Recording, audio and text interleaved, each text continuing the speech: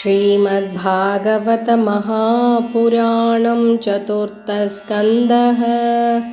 अथ चतुर्थोऽध्यायः नान्गावद् स्कन्धं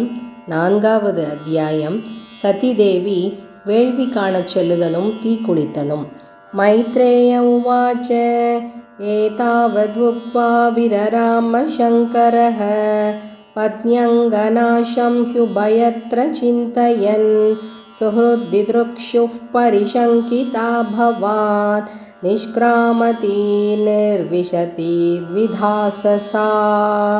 सुहृद्दिदृक्षा प्रतिगात् अदुर्मनाः स्नेहादृतत्यश्रुकलातिविह्वला भवं भवान्यप्रतिपूरुषं वृषा प्रदक्ष्यति वैक्षतजातवेपतुः ततो विनिश्वस्य सती विहाय तं शोकेन रोषेण च दूयता हृदा पित्रोरगास्त्रैण विमूढदीर्गृहान्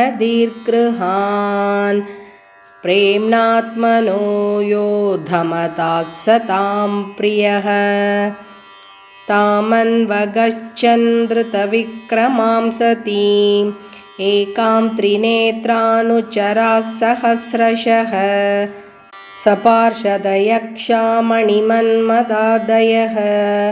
पुरो वृषेन्द्रास्तरसा गतव्यताः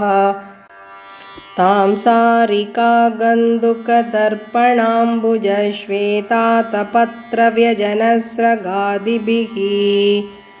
गीतायनैर्दुन्दुभिशङ्खवेणुभिर्वृषेन्द्रमारोप्य विटङ्किताययुः आब्रह्मघोषोर्जितयज्ञवैशसं विप्रशिजुष्टं विबुधैश्च सर्वशः मृद्धार्वयः काञ्चनदर्भचर्मभिर्निसृष्टभाण्डं यजनं समाविशत् तामागतां तत्र न कश्चनाद्रियत् विमानितां यज्ञकृतो भयाज्जनः हुते श्वशुर्वै जननीं च सादराः प्रेमाश्रुकण्ठ्यः परिशस्वजुर्मुदा सौधर्यसम्प्रश्नसमर्थवार्तया मात्रा च मातृश्वश्रुभिश्च सादरं दत्तां सपर्यां वरमासनं च सा नादत्तपित्रा प्रतिनन्दिता सती अरुद्रभागं तमवेक्ष्य चाद्वरं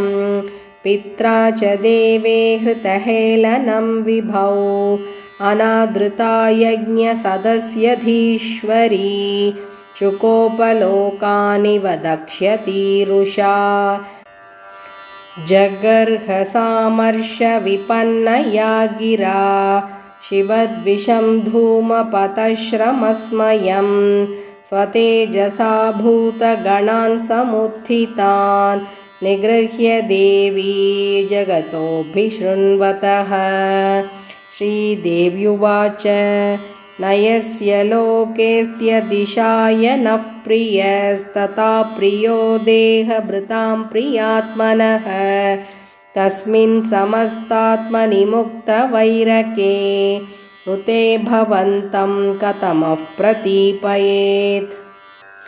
दोषान् परेषां हि गुणेषु साधवो गृह्णन्ति केचिन्न भवादृशाद्विजः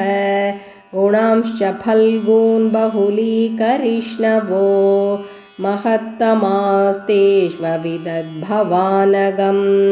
नाश्चर्यमेतद्यदसत्सु सर्वदा महद्विनिन्दा गुणपात्मवादिषु शीर्ष्यं महापुरुषपादपांशुभेर्निरस्ततेजस्सु तदेव शोभनं यद्वयक्षरं नाम गिरेरितं नृणां सकृत्प्रसङ्गात् अगमाशु हन्ति तत् पवित्रकीर्तिं तमलङ्क्य शासनं भवान् अहो द्वेष्टि शिवं शिवेतरः यत्पादपद्मं महतां मनोलिभिः निषेवितं ब्रह्मरसासवार्तिभिः लोकस्य यद्वर्षति चाशिषोऽर्थिनस्तस्मै भवान् गृह्यति विश्वबन्धवे किं वा शिवाख्यम् अशिवं न विदुत्स्वतन्ये ब्रह्मादयस्तमवकीर्य जडाश्मशाने तन्माल्यभस्मर्कपाल्यवसत्पिशाचैः ये मूर्तभिर्दधति तच्चरणावसृष्टं कर्णौ पिधाय निरयात्यदकल्पयीशे धर्मा वितर्य शृणुभिर्नृभिरस्य माने चिन्त्यात् प्रसह्य रुशतीमसतीं प्रभुश्चेत् जिह्वामसूनपि ततो विसृजेत् स धर्मः अतस्तवोत्पन्नमिदं कलेवरं न धारयिष्ये श्रुतिकण्ठगर्हिणः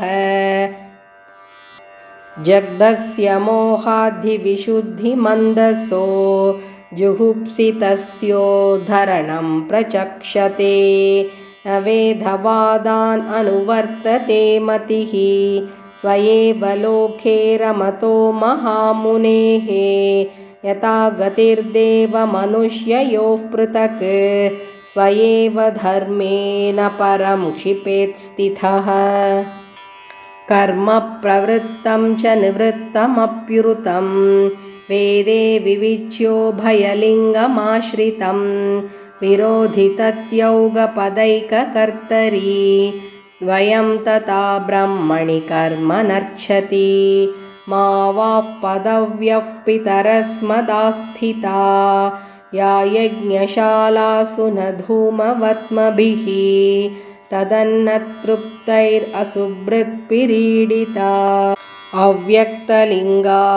अवधूतसेविताः नैतेन देहेन हरे कृताङ्गसो देहोद्भवेनालमलं कुजन्मना व्रीडा ममाभूत्कुजनप्रसङ्गतस्तज्जन्मदिघ्यो महतामवत्यकृत् गोत्रं त्वदीयं भगवान् वृषध्वजो दाक्षायणीत्याह यथा सुधुर्मनाः व्यपेतनर्मस्मि तमाशु तद्यहं व्युत्स्रक्ष्य एतत्कुणपं त्वदङ्गजं मैत्रेय उवाच इत्यध्वरे दक्षमनूद्य शत्रुहन् क्षिता उदीचीमिषसादशान्तवाक् स्पृष्ट्वा जलं पीतदुकूलसंवृता निमील्य दृक्योगपतं समाविशत् कृत्वा समानावनिलौजितासना सोदानमुत्थाप्य च नाभिचक्रतः शनैर्हृदि स्थाप्य धियोरसि स्थितं कण्ठाद्भ्रुवोर्मध्यमनिन्दितानयत् एवं स्वदेहं महतां महीयसा मुहुः समारोपितमङ्गमादरात् जिहासति दक्षरुषा मनस्विनी दधारगात्रेष्वनिलाग्निधारणाम् ततः स्वभर्तुश्चरणाम्बुजासवं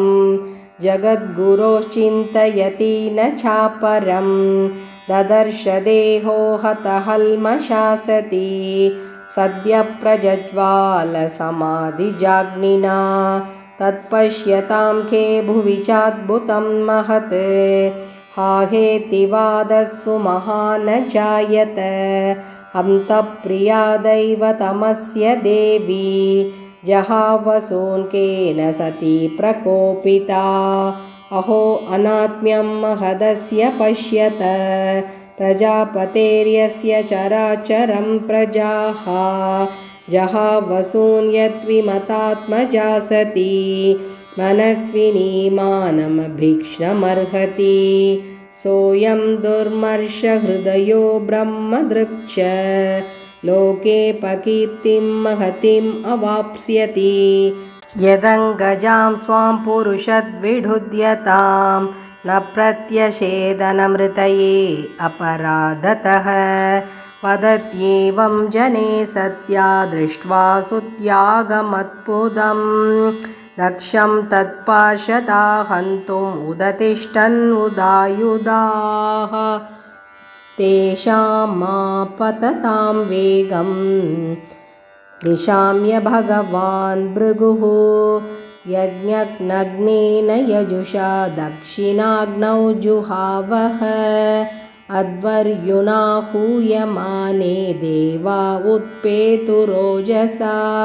ऋभवो नाम तपसा सोमं प्राप्ता सहस्रशः तैरलातायुधैः सर्वे प्रमताः सह गुह्यकाः हन्यमानादिशो भेजुर्उषद्भिर्ब्रह्मतेजसा इति श्रीमद्भागवते महापुराणे पारमहंस्यां संहितायां चतुर्थस्कन्धे सति देहोत्सर्गो नाम चतुर्थोऽध्यायः।